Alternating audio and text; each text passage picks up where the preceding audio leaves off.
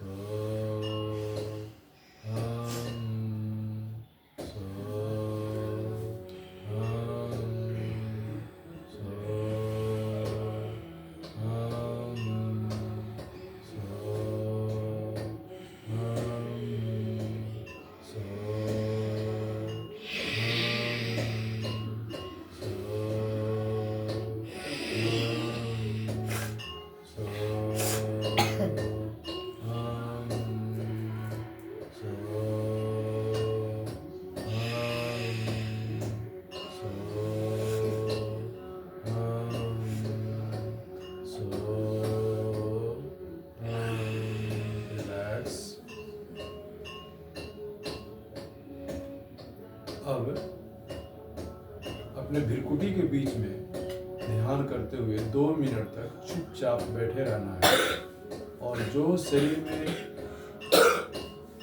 हो रहा है उसका अवलोकन करना है। शांति से बैठे रहें 2 मिनट तक। अपना पूरा ध्यान आज्ञा चक्र पर अर्थात भृकुटी के मध्य में, अंदर मस्तिष्क में।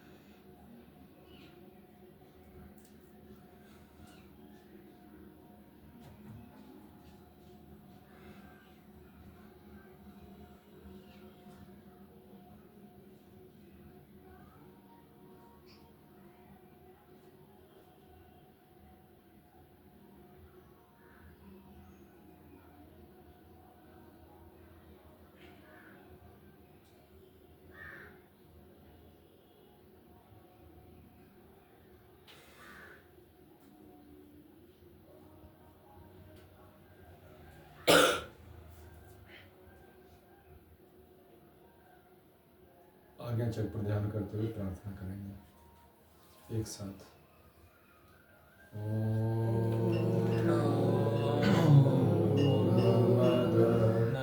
पूर्णमिदं पूर्णात् पूर्णमुदच्यते पूर्णस्य पूर्णमादाय पूर्णमेवावशिष्यते। ओम शांति शांति शांति।